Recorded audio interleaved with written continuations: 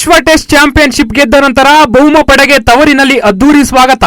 ಹೌದು, 27 ವರ್ಷಗಳ ಬಳಿಕ ಐಸಿಸಿ ಟ್ರೋಫಿ ಎತ್ತಿರುವ ದಕ್ಷಿಣ ಆಫ್ರಿಕಾ ತಂಡಕ್ಕೆ ತವರಿನಲ್ಲಿ ಅದ್ದೂರಿ ಸ್ವಾಗತ ಸಿಕ್ಕಿದೆ. ಜೋಹಾನ್ಸ್ ಬರ್ಗ್ ವಿಮಾನ ನಿಲ್ದಾಣದಲ್ಲಿ ಸಾವಿರಾರು ಸಂಖ್ಯೆಯಲ್ಲಿ ಅಭಿಮಾನಿಗಳು ಆಗಮಿಸಿದ್ದು ಹೂಗುಚ್ಛ ಮತ್ತು ರಾಷ್ಟ್ರೀಯ ಧ್ವಜದೊಂದಿಗೆ ವಿಶ್ವ ಟೆಸ್ಟ್ ಚಾಂಪಿಯನ್ಶಿಪ್ ಗೆದ್ದ ಆಟಗಾರರನ್ನ ಸ್ವಾಗತಿಸಿದ್ದಾರೆ. ಲಂಡನ್ನಲ್ಲಿ ನಡೆದಿದ್ದ ಟೆಸ್ಟ್ ಫೈನಲ್ ಪಂದ್ಯದಲ್ಲಿ ದಕ್ಷಿಣ ಆಫ್ರಿಕಾ ತಂಡ ಆಸ್ಟ್ರೇಲಿಯಾವನ್ನ 5 ವಿಕೆಟ್ಗಳ ಅಂತರದಿಂದ ಮಣಿಸಿ ಚೋಕರ್ಸ್ ಹಣೆಪಟ್ಟಿ ಕಳಚಿತ್ತು.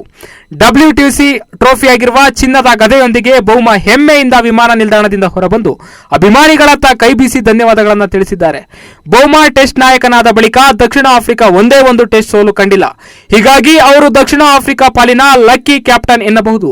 2023ರಲ್ಲಿ ಡೀನ್ ಎಲ್ಗರ್ ರಿಂದ ತೆರವಾದ ಟೆಸ್ಟ್ ತಂಡದ ನಾಯಕನ ಸ್ಥಾನಕ್ಕೆ ತೆಂಬಾ ಬೌಮಾ ಆಯ್ಕೆಯಾಗಿದ್ದರು.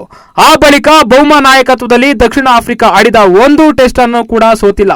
ಬೌಮಾ ನಾಯಕತ್ವದಲ್ಲಿ ದಕ್ಷಿಣ ಆಫ್ರಿಕಾ 10 ಟೆಸ್ಟ್ ಪಂದ್ಯಗಳನ್ನು ಆಡಿದೆ, 9ರಲ್ಲಿ ಗೆದ್ದಿದೆ, 1 ಪಂದ್ಯ ಮಾತ್ರ ಡ್ರಾಗೊಂಡಿದೆ.